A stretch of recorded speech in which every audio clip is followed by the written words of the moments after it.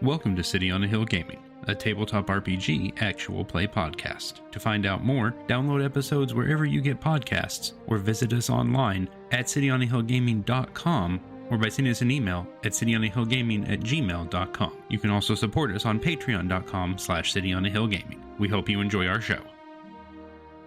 Hey guys, Ryan jumping in for just a minute before you get to hear part 2 of session 2 of our Wanderhome game run by Grant.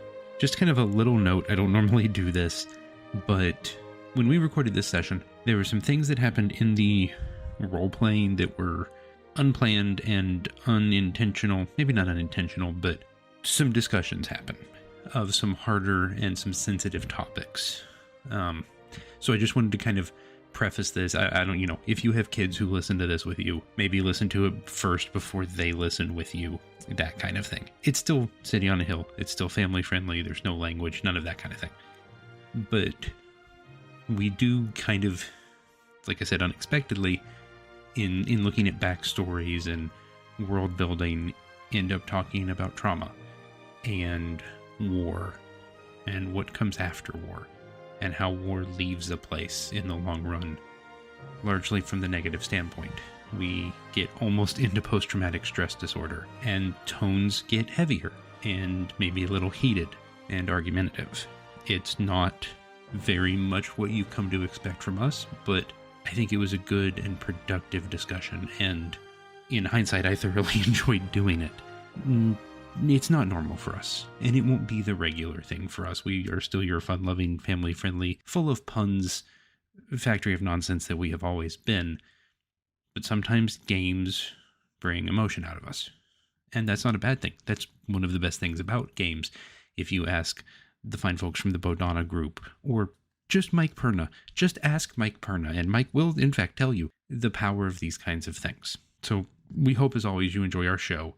And just understand that this one is a little different, and at times a little heavier, as Wanderhome has, surprisingly to me, very much managed to be very easily. It's a game with a lot of depth, and it opens you up to a lot of emotions if and when you let it. It's going to be interesting to see where we go with this, and thank you for listening, as always.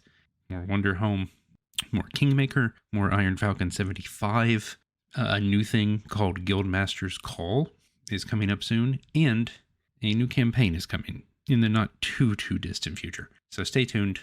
Follow us on social media as always. City on a Hill Gaming, gmail.com, cityonahillgaming.com, City on a Hill Game on Twitter. And hey, we use Instagram now. Sometimes, not that often, but sometimes. And we have a Facebook page. And like I said earlier, I'll say it again. Thank you for listening, as always.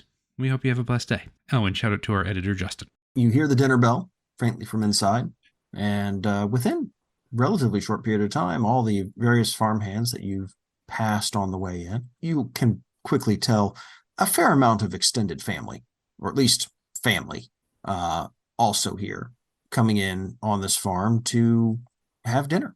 I will, on the way to dinner, I will rummage around in my unspoiled foodstuffs and pull out some something that'll be nice to have on the bread and pass around, like some fruit preserves or some good quality butter from someplace or something, and just kind of bring that with me as just kind of like a host gift kind of a thing. Sure. Combo, apple butter. Yeah, butter, some sort of fruit compote or butter, as you say, probably go very well here. Absolutely. So dinner is served around a number of tables, all sort of arranged together, sort of a U shape.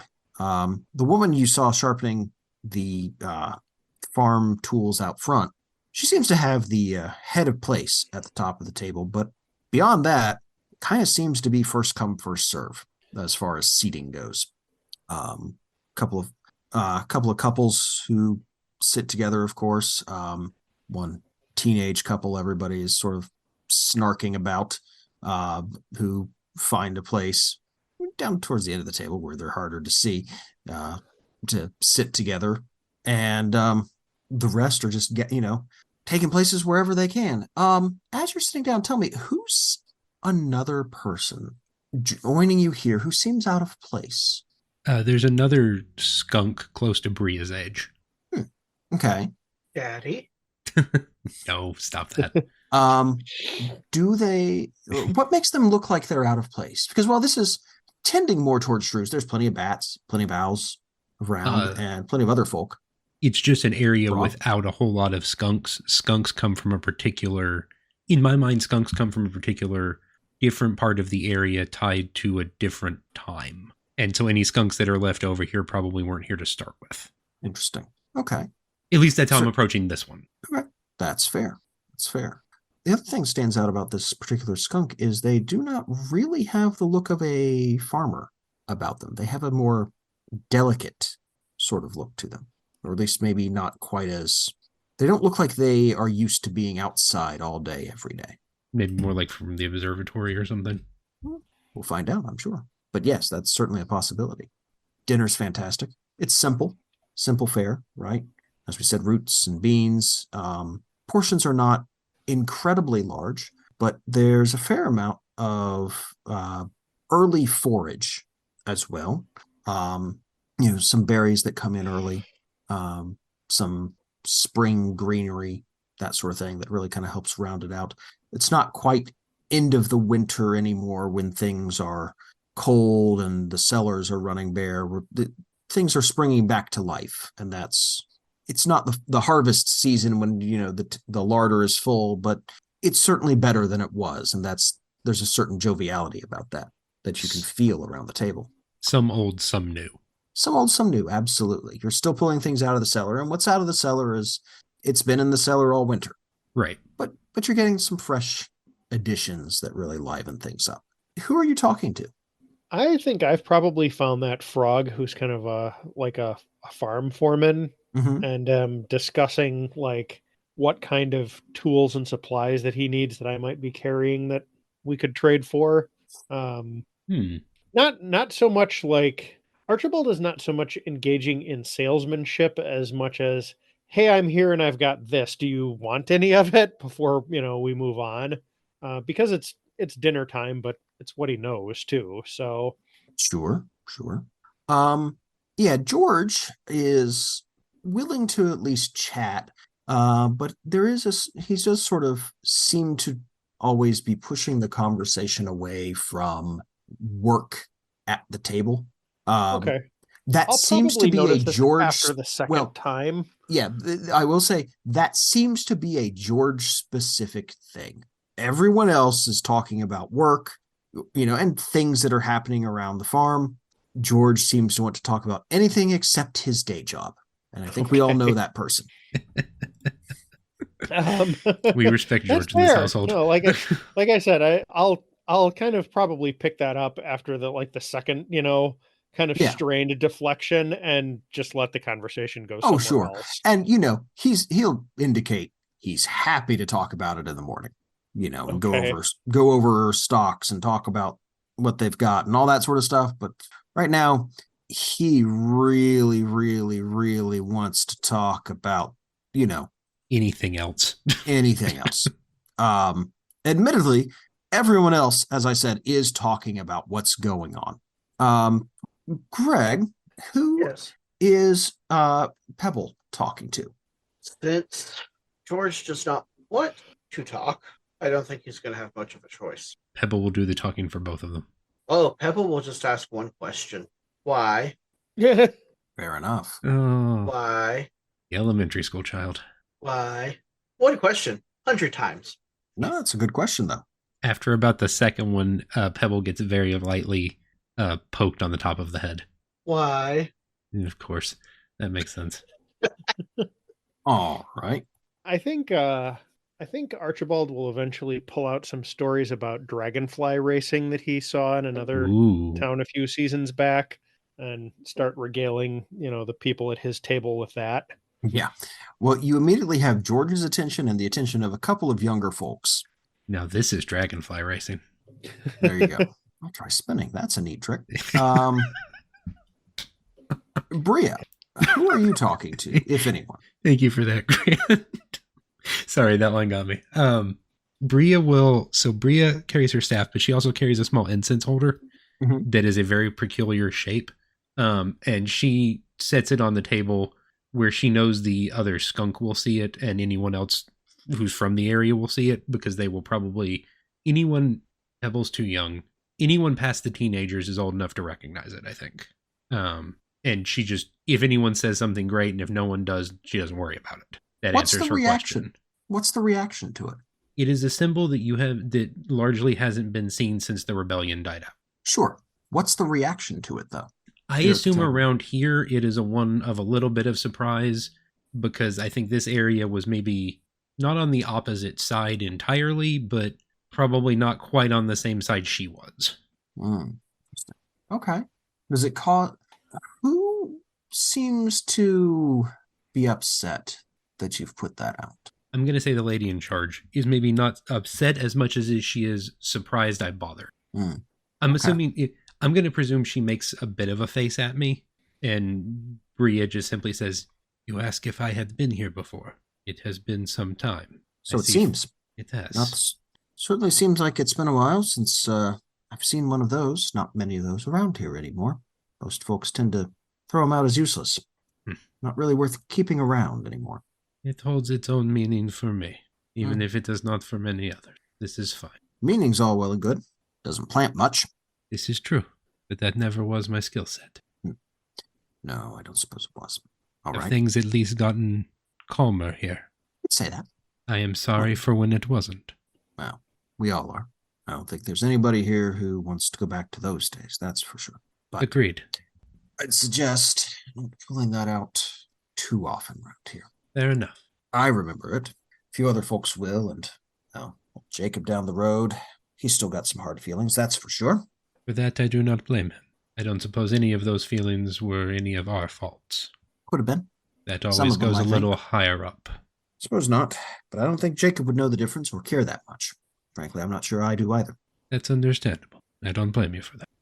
Well, wish there were more reasonable folks like you around back then. I wish I'd been more reasonable back then. Why? That is a story for when you're older, little one. Yeah. Her name, by the way. I need a name for her.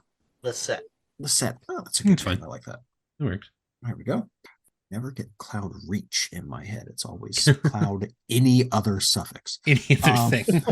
As I try and make notes here. Bria will put the incense holder back in her bag. Lisette looks visibly relieved when you put it away. Bria just kind of nods and goes back to her food. I would say that she's quiet during the rest of the meal, but really what that means is she's not talking about anything meaningful. There's plenty of conversation about farm work, right?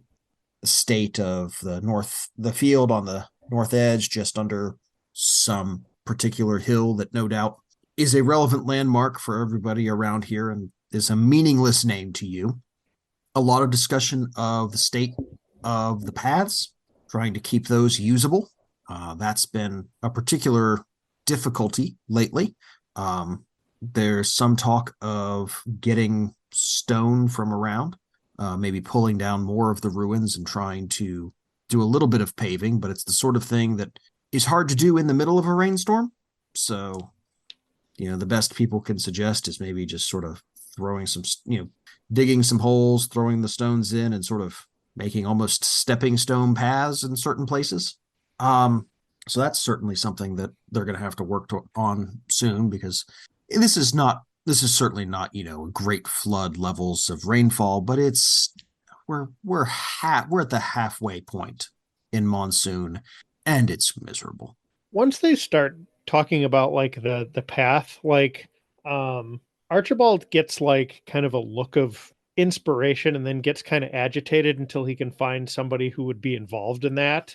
And he's like, I've got some stone cutting equipment that needs like lots of water to really work, but it's raining right now. And it's like, there's this animated discussion about how, like, if they really want to start pulling down the ruins, he's got some stuff in his cart that was picked up from like a previous shipment. His tools are one of his wares that would be perfect for this situation and could probably help things out. Okay.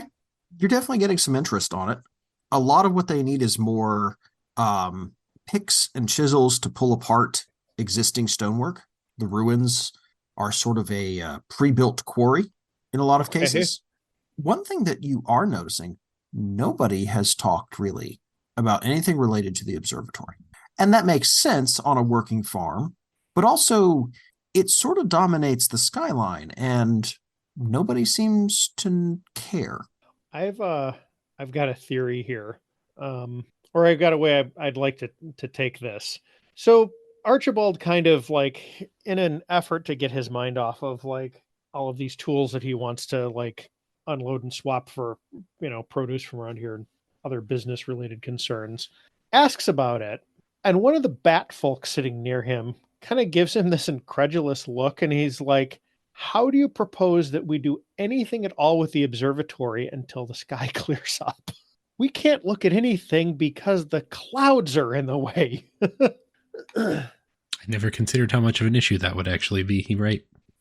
And it's, I'll leave it to other players to decide whether, that's a sufficient answer or if there's more to it. But like, that is definitely one of the obvious Oh yeah.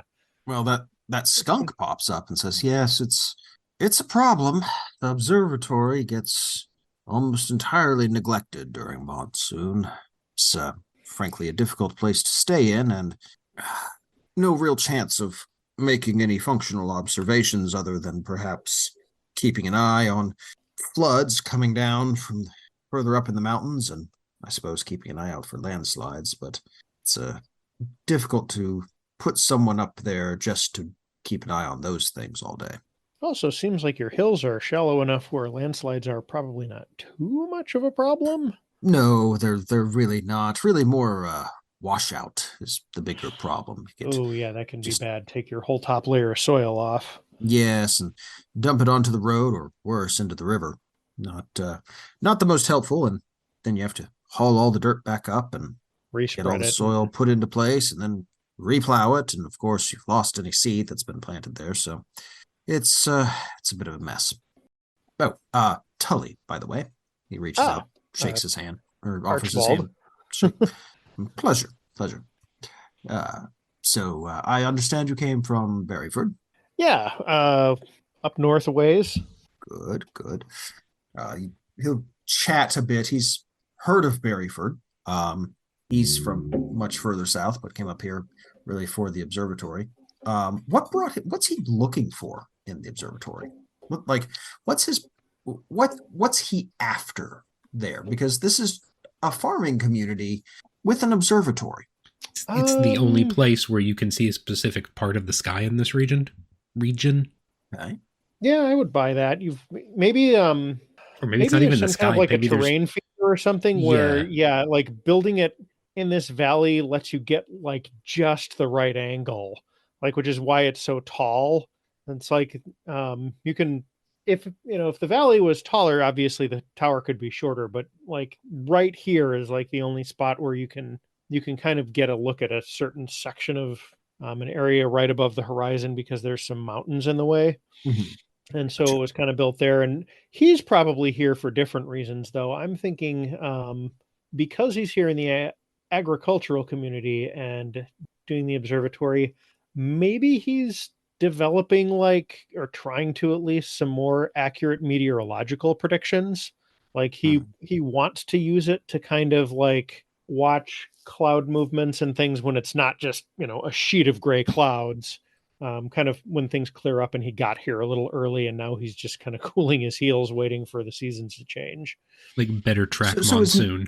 All right. So if he's interested in a particular part of the sky, is meteorology essentially his like hobby that he takes up during monsoon or when the sky is cloudy? I'm thinking it's his actual profession, and because he's kind of like an out of towner, and so this is not an astronomer. This is a meteorologist. That. Yes. Interesting. Or like a farmer's almanac kind of guy. Yeah. Like writes the farmer's almanac kind of guy. Okay. Yeah, so maybe he's got like a backpack full of papers with all these notes that he's been making and stuff. Helping them try and better predict like planting seasons, and because you lose yield to the fact that monsoon maybe the actual monsoon maybe doesn't always quite happen at the same time. Yeah, so you lose days on either side. And if you can get some kind of a sense ahead of time, like what kind of I year need it's to going plant to be some in. stuff that like holds the ground down so we don't get the washouts like we just talked about, or like some clover or something, a good ground not cover. Just like every third monsoon isn't a bad one, like something more for them to actually build around. Yeah. Okay, very cool. Well, Tully's going to talk your ear off about weather patterns, which is thrilling. Archibald will probably understand about 25% of it.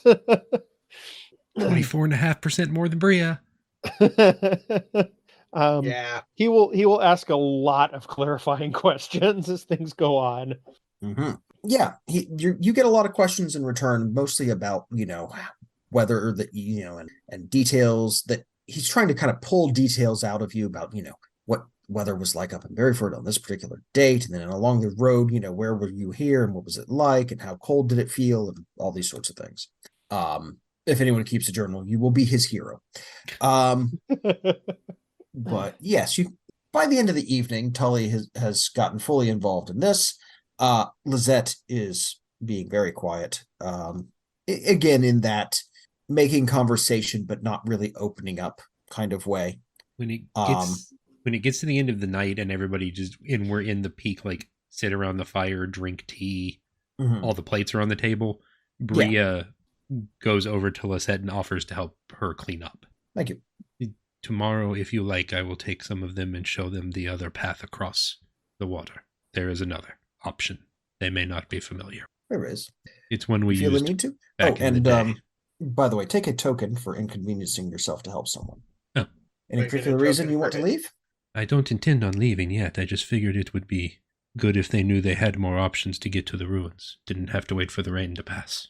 We built a trail years ago, but it's not obvious. That is useful to know. Pity you couldn't do things publicly. It was a different time. True, it was. For what it's worth, I'm thankful the people who made those decisions are no longer in charge. It didn't benefit either group. No, but I would say it benefited Cloudreach least of all. Bria walks over to the kitchen, whatever pass. I don't know.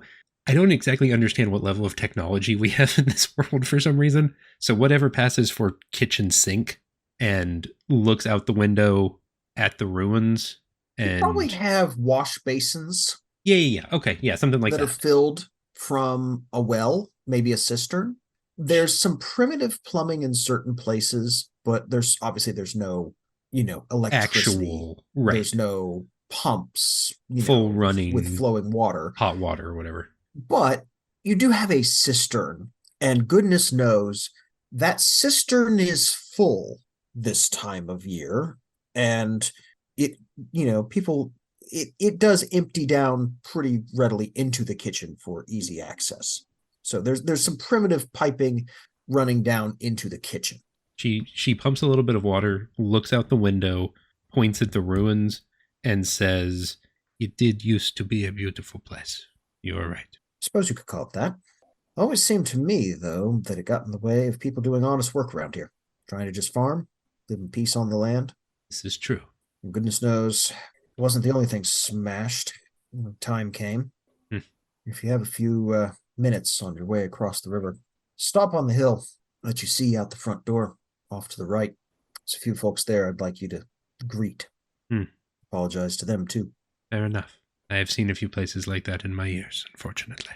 There is always time for that kind of conversation. But not with them. Well, always time for me to have that kind of conversation now with them, perhaps. He's hoping they hear it. Agreed. Good night, Bria. Good night. Anything else happening in the evening? I think as people from our little group get back to the barn and whoever else is staying there, Archibald has been energized by the dinner conversation and is kind of excitedly pulling things out and going over, ledgers and stacking things. Poor George is going to walk in here in the morning and just be hit with a fire hose of information about all of the stuff that we're going to get up and we're going to do business in the morning. Yeah. It's there's going to be calculations and we're going to do math, and I'm going to help you in so many ways you don't even know. You better be ready. This is going to be mutually beneficial in a way that's going to make your head spin. You better be excited about it too. Yeah. Because mine will be infectious enough for both of us if you're not. So he's kind of, he's probably going to overdo it slightly and be kind of haggard in the morning because he hasn't gotten enough sleep because he's excited and stays up too late. Whether he makes enough noise to keep anybody else up, I will leave to the other players to decide, but he's in his element for the moment. All right. Greg, anything Pebble's doing? Or is he crashing early after all the excitement? Actually, he's going to track down George. Okay. Because George is a little too grumpy. George, you find, it's late, and George is heading off towards one of the little shacks, sort of near the main farmhouse.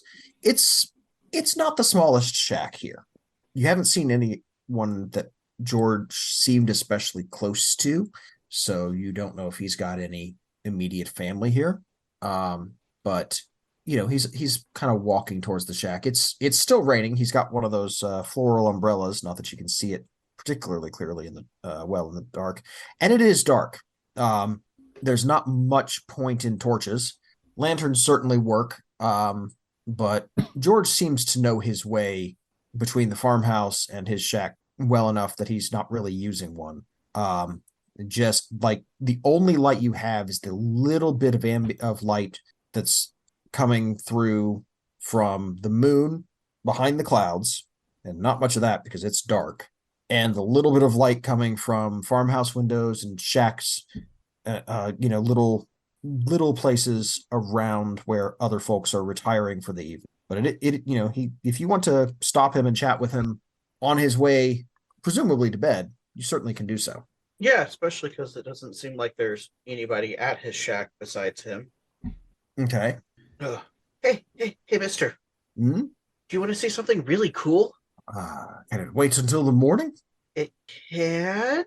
Good. But it's then best at find night. me first thing in the morning, young lad. I've got much to do tomorrow, and I'll have time for it then. But it is late. You don't seem the farmer type, yes? Looks down at small stature and flappy arms with no fingers.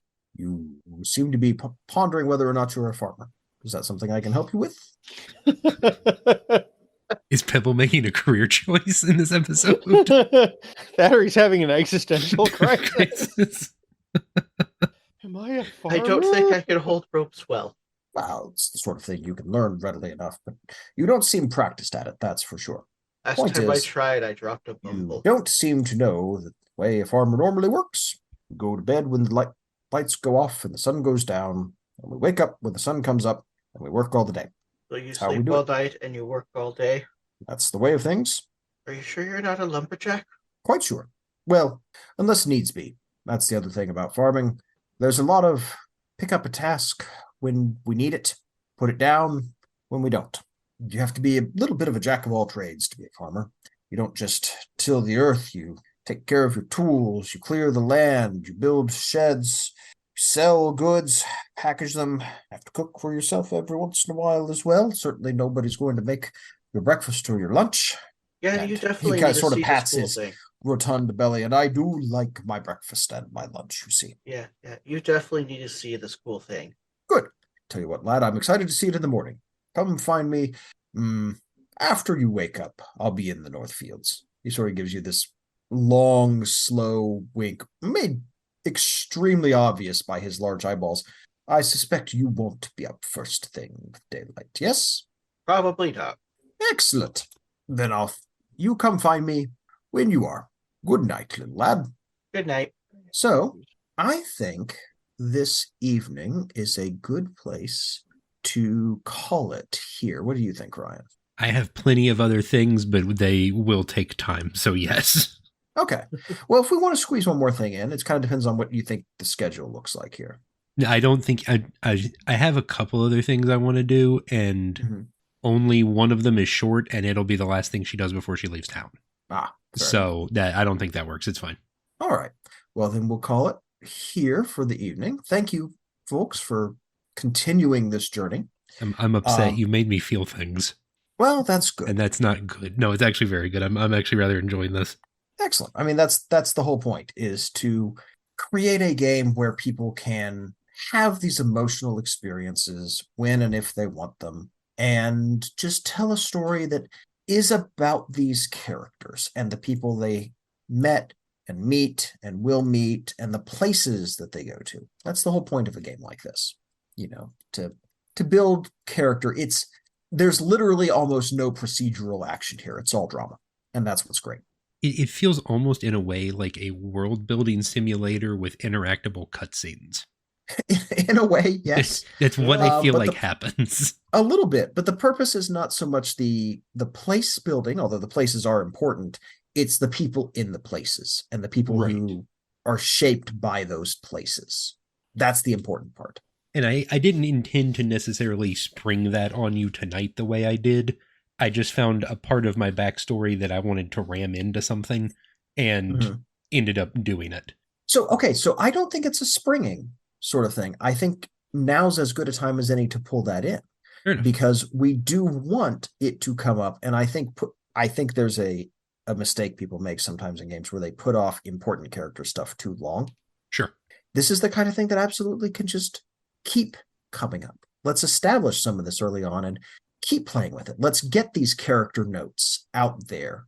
That's the fun, because I don't want these blank characters or characters with these superficial traits to be the only thing we have 6 sessions in. Let's let them grow and develop and experience feelings and dramatic action with other characters. That's the fun of it. Well, if I remember what I read of one of the books before we started is that, and I know it's part of her backstory for Firelight, one of the options is something about a rebellion that had happened. Yeah. And I know it's been some time, and the world in general is much calmer, but it doesn't mean all the feelings went away. Yeah. And that's very true. It doesn't matter how far you get away from a crisis like that. There are people who are still going to have feelings afterwards in any number of forms. Mm-hmm. And yeah, well, I poked a thing harder than I meant to. No. I think it worked out even harder than I meant to for my own purposes, maybe. Okay, valid. But I think it worked out very well, and I'm glad you did. Oh, also, I just realized that Archibald has turned into Particio from Octopath Traveler 2. It's just, you're just actually a merchant character now. Like, it's just, this is what's happening. Yeah. Well, good. Thank you, folks, for your time. I really do appreciate it. Greg, we've had a little breakdown of how things went with Bria. Greg, Peter, any thoughts on characters? I don't want, we're not doing a full on stars and wishes kind of thing, but anything stand out to you guys? I initially had Archibald pictured as somebody who was a little more stuffy and reserved.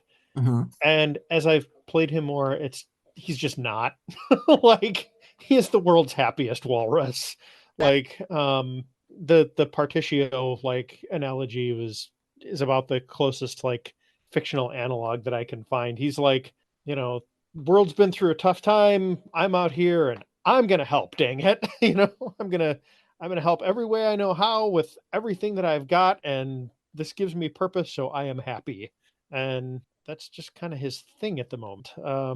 Might eventually go someplace where it kind of, we could kind of get into how he got there, but in his current state, I think that's pretty much who he is. So, very cool. And I've realized now unintentionally that I'm pretty sure Bria is just Anna from Overwatch. That wasn't my intention, but I think that's what I've maybe accidentally done. Hey, Blairy. There he is. Blairy, yep. You can set your podcast by it. Yep. And I like it that way for what it's worth. I mind Blairy a lot less now that I'm not doing the editing. Fair enough. Greg, how are you feeling about Pebble?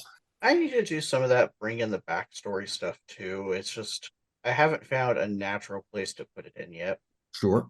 Well, the nice thing about Wanderhome is you can say, you know what? I'm going to make a character who is in this place, who I do this with. So don't be afraid to do that kind of thing.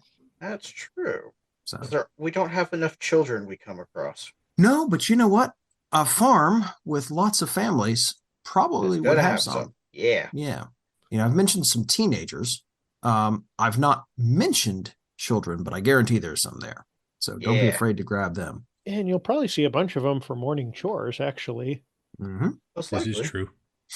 Yep. All right. Well, cool. Yeah. I do want to see more of those interactions with people your age that are a little more about the story behind Pebble. And, we don't want to necessarily dive into Pebble as this super hurt kid, but getting a little bit more of that emotion out there, I think is very exciting. I'm looking forward to that. And seeing things.